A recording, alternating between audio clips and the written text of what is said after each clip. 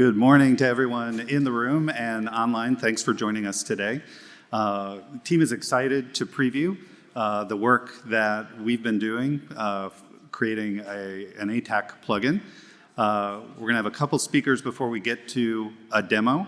We're going to have our partners at the 23rd Special Operations Weather Detachment 1 come up and tell you a little bit about the unit and how it came that we were working together. Give you a little bit of an overview if you're not familiar with the weather company and particularly the work that we do in the enterprise space. And then most of the time will be a demo showing you the work that we're doing with time for questions. So with that, I'll hand it over to Captain Messina. Hey, good morning, everyone. It's a pleasure to speak with you all today. So before we get into it, and discuss the exciting work that we've been working on with the weather company over the past several months, as Tyler said, I just want to provide just a brief overview of who we are as the end user. So next slide, please. So our mission at Detachment 1 of the 23rd Special Operations Weather Squadron is to integrate accurate environmental and weather intelligence into mission planning. And the unit we support is the 160th Special Operations Aviation Regiment, or 160th SOAR. And obviously the end goal of that is to exploit that weather intelligence to create an asymmetric advantage for the SOAR and our mission partners. So our vision at Det 123 South, so we see ourselves as DoD's premier tactical weather team, and how we're getting after that vision is ensuring that our teammates are confident that weather intelligence, forecasts, climatology we're providing to the SOAR and mission partners is accurate, and then most importantly for this setting is ensuring that we're setting our team up for success by providing them relevant systems, including ATAK, and relevant plugins associated with that to our teammates, so that when they're out supporting the SOAR, they can facilitate that mission accomplishment and exploiting weather intelligence. With that, this is just a quick organization structure, because you might be wondering why an Air Force guy is up here talking about supporting the Army. So we directly fall under AFSOC, and then we provide direct support, like I said, to the SOAR. And we have 3 locations. So our primary location is at Fort Kimball, Kentucky. Then we also have units at Hunter Army Airfield, Georgia, and Joint Base Lewis McChord. So with that, I'll hand it over to Trevor to discuss some of the collaboration we've been working on. Hi, good morning, everyone. I'm Staff Sergeant Figueroa. I'm a Special Operations Weather Forecaster on the team. This is just a quick schematic. I kind of want to show you guys a visual of just the Indo-PACOM op box, right? So you have global tropical cyclone tracks between 1985 and 2005. So whether you think weather's going to affect you guys or not, it is, right? And it's all the way down to batteries you guys are running, MVG degradation, humidity, salt content, to the point where it's not even, for today's limitation, even built into some of the training plans we're doing, right? Weather is always real world when it comes to training, and it's never simulated, even though the training is simulated in the environment that you ideally are going to go do for the AOR. So that's something that really keyed into me. I don't know why we do it, but we tend to do it. And this is just kind of an essay of like, hey, while you're training in Florida and you may be training for an island chain or some AOR somewhere, you ideally need to start keying yourselves into, hey, what's going to affect our gear, what's going to affect some of our assets when we start going to some of these climates that is, non-permissive or extreme climates. Next slide. Yeah, so working with the 160th, right, everything comes into factor. Everything's buying down risk mitigation, all the way down to humidity affecting our nylon ropes, even doing 350-6 for fast roping, right? If we have humidity over 80%, the risk factor goes extreme. The fact that these gears are going to start sliding in and burning in a little too quick, we're breaking ankles and legs. And then, you add the factor that we're operating only at night, especially with NOS, MVG degradation, even working with some of our ground force JTACs, and them trying to call in CAS in certain environments. It's just not feasible the way we're doing it currently. Next slide. ATAK, yeah, super important. Nobody knows how to forecast for it. The biggest thing is model verification. While we're in the US and you have a bunch of sensors, these models are great. However, there's nothing to verify that model off of going into this next conflict. So the question was, how do we do this? And can we do it from the back of a bird? Can we do it from a forward point? And the answer was ATAK. And so we reached out to the weather company to kind of develop our next gen use case in supporting the 160th. So I'll go ahead and pass it over to JR and let him take over. Thank you. Excellent. First off, it's an honor to be here with all of you this morning. So we're looking forward to giving you a little bit more about what we're doing. Tyler, I'm going to hand it over to him in a minute. But before we get to that dog and pony, I thought I'd just give you a couple-minute overview of who we are at the Weather Company. Not everybody has a full understanding of what we do. You may know us on the consumer side, where we reach about 360 million individuals on a monthly basis across our apps that you might know on the Android phones, the Apple devices. You go to weather.com. The other side of our business, though, a little bit lesser known, is on the enterprise side. You talk about the enterprise side. For over 10 years, we've been providing weather data solutions and insights to aviation industry, supporting 27,000 flights a day. We're a footprint of about 90% of broadcast television stations across North America.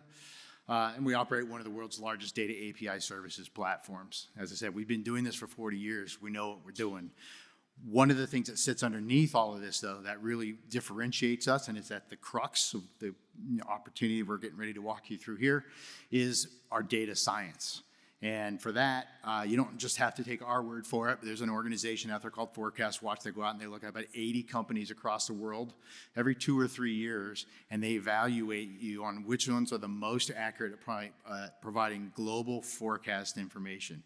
And over 10 years, we've been ranked as #1 in that category, not just by a little bit, but up until recently, it was 3x. The last time they ran it, we are 4 times more accurate in our forecast information across the globe than anybody else. Next slide. So what's driving that is what is on our side, we call it GRAPH. This is our GRAPH model, Global High Resolution Atmospheric Forecast Model. We've got hundreds of different sources of data that is being provided into this, results in us processing this 12 trillion pieces of information on a daily basis. We have leading global spatial resolution against this model. What we like to say is if you can put a pin in it, we can tell you the weather. That weather is also vertical, so we cut that atmosphere in vertical slices of 1,000-foot increments at a time, starting at surface, going up to about 50,000 feet.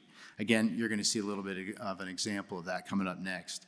But when we do this forecast too, the other thing that really separates this is a 72-hour forecast. It gives you this information in 15-minute increments, and we're updating it every single hour. And again, that's across the globe. So we're taking that capability and a lot of other of our data, and we're throwing that into the solution that we're getting ready to show you here on the TAK side. And so, again, brings forward access to the best weather data. You're going to see some of the insights that we can provide. We go beyond just giving you the data. We give you the so what, reducing that cognitive load to help you get through making your decisions that you need to make that matter to your mission when you need to make them. And then last, obviously, as Tyler's going to walk you through here, our automation of the 175-1, which is significantly improves time on task when you're pulling together information you need for flight profiles. So I want to get out of the way because this part's probably the most interesting while you're all here, so I'm going to hand it over to Tyler. Thank you. Great. Thanks, JR. So let me walk you through the plugin. And the first piece of context that's important to know is what you're seeing is tuned for a particular persona, to Sergeant Figueroa and members of the 23rd Det 1, who are forecasting for rotary wing air operations. So the configuration of the plugin is tuned specifically to their informational needs and their workflow, but part of the continued work that we will do is to continue to collaborate with other personas within the DoD to support their informational needs, their workflow, their work product, and obviously a range of .gov law enforcement and civilian use cases as well over time. So we will have different configurations of the plugin. So what you see on the screen is obviously the ATAK map on the left with one of our data layers that we'll walk you through. And there are really 3 primary areas in this configuration of the plugin. There's the forecast, map area, and routes. So the forecast, which is that most accurate forecast data in the world that JR talked about, goes out for 72 hours. It's possible to click on any of the hours, and again, you're seeing a collection of data points that's relevant to a forecaster who's supporting air operations, whether it's precipitation or thunder risk, things like ceiling, altimeter, pressure altitude, and other things. It's also possible to interact with any points or objects that have been put onto the surface of the ATAK map. So obviously, there's a hurricane going on right now, so sort of a big event in the weather world. And if you can see, it's a little difficult to see. I put a red marker kind of in the middle of that hurricane. I can tap on that ATAK marker. We're added at about the 7 o'clock position to the radial menu. And from here, you can bring up either surface data or altitude-based data. So let's take a look kind of literally in the hurricane right now. You can see, even just looking at the icons, that it's pretty bad weather. I might want to get a sense of, well, what is the wind speed like at altitude around this hurricane? And through the combination of our forecast model and the fact that we work with 80% of the commercial airlines in the world, we're able to harvest data points at various altitudes, combine that in our forecast model, and provide altitude-based forecasts. So you see the view graph model to the right of that hourly forecast data. I can bring that up. And the altitudes here, again, are tuned to rotary wing elevation. So we only go up to 10,000 feet. Our data goes up to 50,000 feet. We'll have a sub 1,000 foot data value by the end of the year. And it's possible to take a look at something at a number of different altitude-based data points that would be relevant for this mission profile. Let's take a look at wind speed. And so here we can then just tap through the various hour values, and we can see the wind speed going up as the hurricane is passing through this waypoint that we identified, and we can see the value and the significant variance of the values at different altitudes. So altitude-based, whether it's fixed wing, whether it's UAV, RPA, all very relevant there. Let's take a look at some of the map layers so that you can leave the plugin, go into another plugin, or do other tasks and have the weather information still painted on the surface. So we have a number of the things that you would see in a consumer-based weather app. We have observed radar. We also have a future radar product. So if we wanted to see how will this hurricane move over the next several hours, we can dial in up to 7 hours and see that. Likewise for satellite, kind of zoom out here. Global satellite coverage, the same observed and future, and then a number of other visual layers such as visibility, temperature, wind speed, precipitation related data points. And then it's possible to dial in a number of those altitude-based data points here on the map. So if I wanted to look in turbulence, for example, in a region like the entire continent of Africa, and then dial in different altitudes to see how those values change as you go up and down in space, then you can do that as well. And then we have a number of aviation-related data points as well. The one that's kind of fun to show because it's visual. So a METAR is sort of a regular forecast that an airfield would produce. So we have all of the airfields here in the country, kind of color-coded based on the guidance that they're providing, and then it's very easy to bring up that forecast for that particular field. We also have a route analysis tool, and this is part, again, of this particular role's workflow, where in advising a pilot on a particular route, they want to get a sense of the route, what are the hazards along the route, just what are they going to be dealing with. And so we have a feature that we're not showing where you can enter a route in ATAK and then copy it in here, or we have the ability to create routes. And so it's possible to put like a mission or exercise name, some of the metadata around the aircraft, your flight level, and then you can put your various waypoints, which can be ICAOs, which are airport codes, or you can put an MGRS coordinate as well. And you then put the sort of time targets. You can add any number of stops. I've entered a fictional route here in the Indo-PACOM region, And so this is simply, again, a hypothetical route where taking off, landing to get some equipment, infilling some troops, and then heading to a final LZ.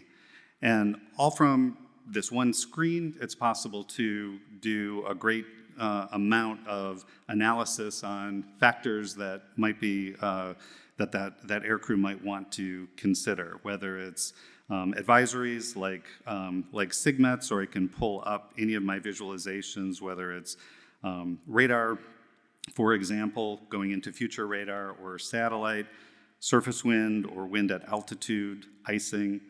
Below that in the blue area, there are some min-maxes for that entire route. So the maximum wind speed, for example, is at the refueling point, which is an MGRS point. It brings up the associated visualization so that you can easily visualize wind speed, and then you can see how that evolves over the next several hours on that route if you or the captain is playing around with timing. And then it's possible to page through the individual waypoints and to get a great deal of data, sort of the weather summary, METAR TAFs, which are products that are forecasts for the airfield or for the area. You can bring up that vertical graph at any waypoint and analyze the various weather points as well. So if we go to the spot, for example, that's intended to be our infill area, we might want to look at a number of things since that's an important moment in the operation. I could bring up, for example, visibility, and once that paints, what I can see is the visibility on my approach to that infill is going to be degraded. So that is a material factor that would be worth briefing and mentioning in the right products to the aircrew. It's also the case that the intent is to fast rope troops at this infill point. So I may want to take a look at something like humidity, where the operational threshold is you don't want troops to fast rope once you're over 80% humidity because it makes the rope slippery, introduces danger. I want to buy down risk. And so I might, as the forecaster, then want to look for a different window of time if fast roping versus a touch and go is important. So I could do that very easily by bringing up the infill point. I can bring up the surface forecast for that area, bring up the altitude graph. I've got humidity, and again, kind of the magic number I want to look for is below 80%. And so as I page through some of the time values here, I see that it drops 1600, kind of goes back up, drops back down around 60% for about 65, 70% around 1900. So again, I can get a very clear sense of some of the weather impacts on this potential operation. Oh, thank you. The other thing that we're working on with the 23rd is workflow automation. Many roles, of course, inside and outside of DoD produce standard products.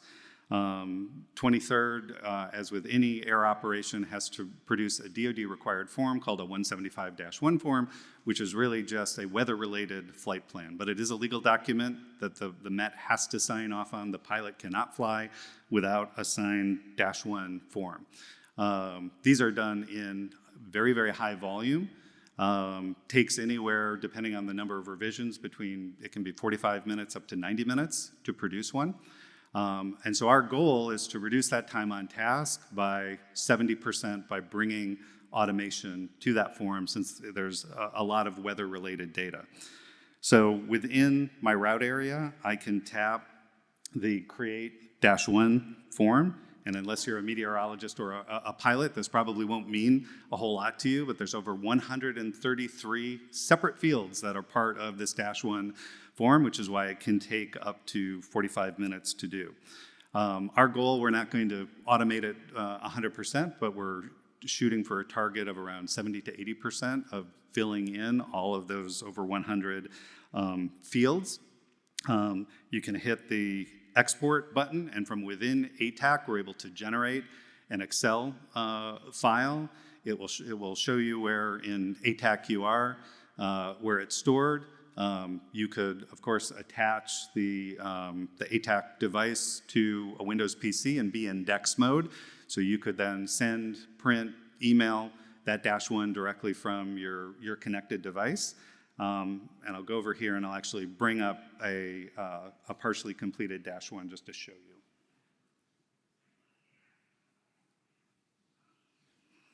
So pretty interesting workflow. It ends in the official government mandated format, but all the work is being done on ATAK. Again, reducing that 45-minute workflow into something significantly shorter.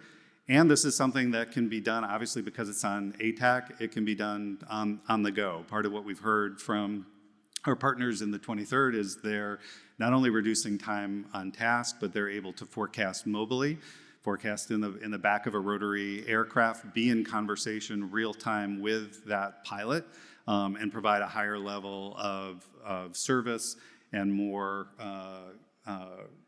information that is more timely for that particular mission. I'll hit the roadmap. As our friends in the 23rd like to say, we've only scratched the surface here, and these are, this is only their use cases in their role, and we recognize that there are, many other roles because weather touches just about every operation that's out there and that exists. So right now we're focused on delivering that workflow automation for that one particular form. We're bringing in some higher resolution aerial data before the end of the year, kind of deepening the air route analysis in some interesting ways. We are open and want to collaborate with other personas, other user types. So maybe at this conference, certainly through other conversations we're having, if weather impacts what you do and your workflow and the products that you're supporting, we'd love to talk to you. We'll be bringing an exciting capability, which is a MetWatch capability. So for the routes that you saw, and you may or may not have been able to see, you're able to identify the aircraft that is flying on that route. We have the ability to attach operational thresholds to that equipment, whether that equipment or asset is a ground vehicle, any type of air operation, air vehicle, a UAV, or even in areas like Indo-PACOM where things like heat exhaustion are a factor for day-to-day operations, you can bring in thresholds for troop wellness, for example. And then along for that route, for that mission profile, the MetWatch capability will watch all the relevant thresholds for all the equipment that's part of that loadout and that mission set, and flag for you if the thresholds are going to be exceeded. So there's operational risk or equipment risk or health risk for troops. So that's an exciting feature that we're working hard on. Another key benefit to what we're doing is increasing operational security. It's been interesting for us as we've kind of seen and understood and seen some demos for how weather is forecasted today. There's room to improve operational security pretty significantly. So we will be CMMC level 2 compatible in the near future, which will mean in addition to the protections that you have on the ATAK devices, our backend, our APIs will be in an AWS FedRAMP secure environment, so that even the API calls are secure. Adding additional data, personas, and as Staff Sergeant Figueroa mentioned, there's a real opportunity to get beyond go, no-go calls on weather and to look at how we can equip teams to exploit weather. How can your routes, your time of day, your illumination, your cloud cover, all help provide an asset to you in the fight that you're engaged in? We have about 5 minutes left, so if there are any questions for myself or the team, please feel free to raise a hand or come up to the front and ask. Thank you for that presentation. My name is Charles Laird. I'm from North Carolina. We've got folks that are heading downrange right now because of the hurricane. One of the pieces of information that's been missing, especially with our taller vehicles, is that wind data at ground level. So I know that you're kind of focused on the air piece, but is it already built in to be able to get wind level at ground level so that they can get a better decision-making process instead of just saying, well, the winds are too high, no one go anywhere? And then I have a follow-on question. Yep, in fact, let me show you rather than telling you. So I'm going to show you in the context of a route, but you could bring this up everywhere. So the pill that you see to the immediate left is a surface wind pill. So we have that data. Here we're showing it visually. You can get it in tabular format. So it's surface up to altitude. So the short answer is yes, we do have the surface wind data. Thank you. And the elephant in the room, will it be CIV releasable so public safety can use it? Yes. Thank you.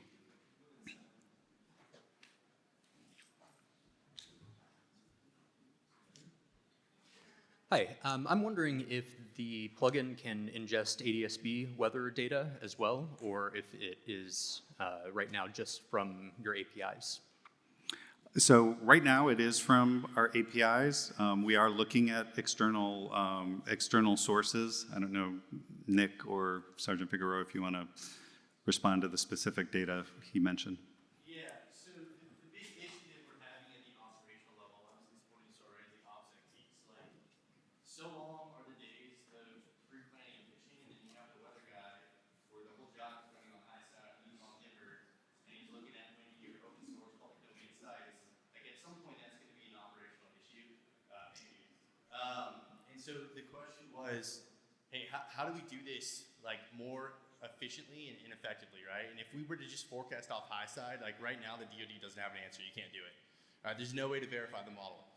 Now we start looking at Indo-PACOM, everything's upstream, right? So if we were to be on a ship, like, and I put a weather balloon up, like I'll give you data for CONUS, but I don't know what's going on that island chain, right? So how do you do that? Like literally somebody has to go forward and place a sensor to verify that model off of. And really the solution was ATAK and bringing in the weather company. Now, while other models are great, spatial resolution is an issue, right? And Graph really brought that to the forefront with getting down to 1 kilometer spatial resolution. Not yet, Tyler, I don't know. So we're 5 to 10K resolution globally, closer in some areas. Yeah, so right now UK Met, right, which is GAWIM pretty much cut up in pieces and put together. You're looking at like 15 over CONUS, and you're looking at 45 kilometer spatial resolution over operational AORs, which is not good for the SOAR, right? Especially pilots flying 500, 300 feet AGL. You know, I know one of the gentlemen mentioned surface wind, like huge deal for us. Temperature inversions, everything. And the way we're going about it in the DoD is such a limb factor mentality, where other adversaries are looking at it more advantageously. And I would blame that mostly on GWAT thinking, right? Hot, dry, dusty winds out of the northwest. That is what's our detriment right now, and we're so behind on learning how to exploit weather to our advantage, especially when you talk about masking movements, illumination, lunar angle on target, how we can infill, how we can exfil, cast stack management on ROS. Hey, can this thing alert you and let you know, hey, you're going to be ISR degraded, you know, at 2 hours plus, recommend moving down your MQ9 or your MQ1 at 14,000 feet. Like there's so many applications to weather, and it touches everything from your batteries to your nods, you know, to the cables you're bringing. And really the graph model was the answer to that. You know, I know you're looking at other models, but the problem is, where's that model coming from? And how do we get the OPSEC piece solved? Because what's happening now with ATAK is all anybody is ever seeing is we're pulling in global data. We're not pinpointing certain points, you know, and not to say someone's doing it, but I guarantee people are putting in high side locations and grids on sites like Windy, which is an open source API.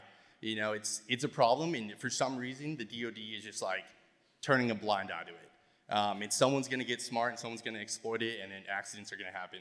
So that was the big push, right? Like, how do we fix this? And it starts, you know, obviously at the tactical level with us. So yeah, right now, like, other models are great, but really the verification piece. And Graph is just like outperforming everyone on another level, especially for the 160th. Like, it's almost too good to pass up.